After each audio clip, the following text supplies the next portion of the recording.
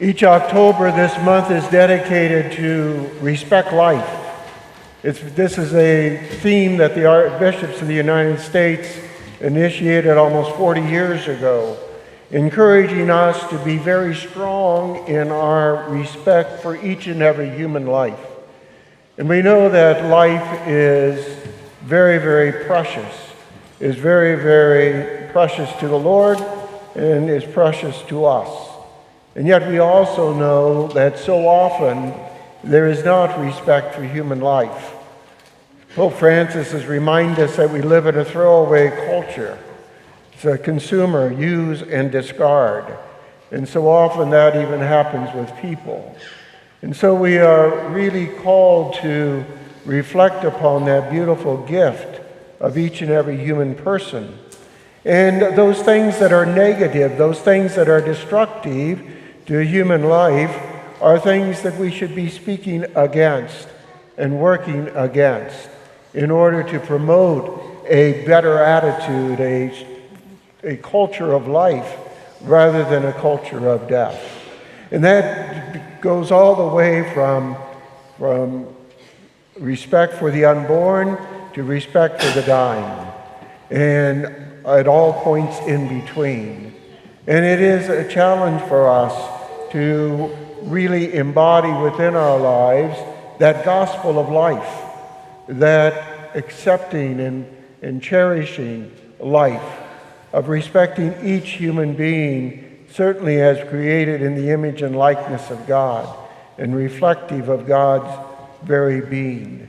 And so this Respect Life Month, and there'll be some themes during this in which we're invited to think about the importance of life, that our commitment as followers of Jesus is for a love for human life and human beings, and how that pervades all of our life. But we need that prayer for openness, that realization that even in our voting, we should stop and think about, am I really voting in favor of life and human dignity, and allowing that to be the primary principle of our actions.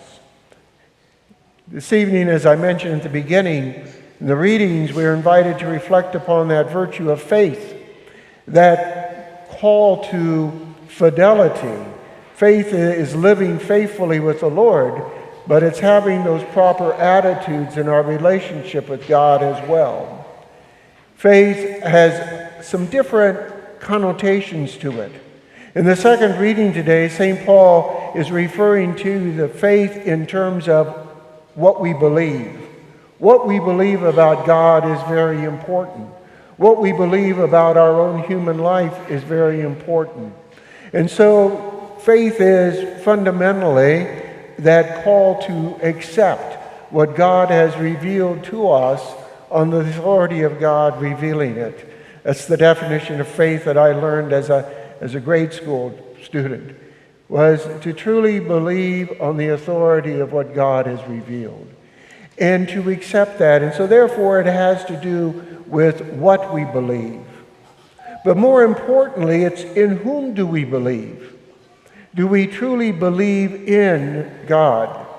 And that's what Habakkuk in that first reading today is talking about, that we are called to have a trust in God, a trust in God's fidelity to us, and that trust that God's providence is always for our good. So that trust in God is the second dimension. But the third dimension is really that willingness to place ourselves totally into God's hands, to really place ourselves totally into God's hands, to trust God not just kind of superficially, yeah, Lord, I trust that you're going to do what's good for me. I trust that you'll be there when I need you. No, it's that trust of putting ourselves totally in God's hands. I'm reminded of something I read not too long ago about in 1859, a tightrope walker by the name of Blondin walked across over Niagara Falls. It's a quarter of a mile across there. And he did a tightrope walk across that. He was well-known tightrope walker. And so he went over one time, then he went over again. He did various ways and did various things. He went over in a sack one time. He also one time went over blindfolded. Another time he went over blindfolded with a wheelbarrow. And when he got to the other side, of course, the people were just wild, cheering him on, and what a fantastic thing that was.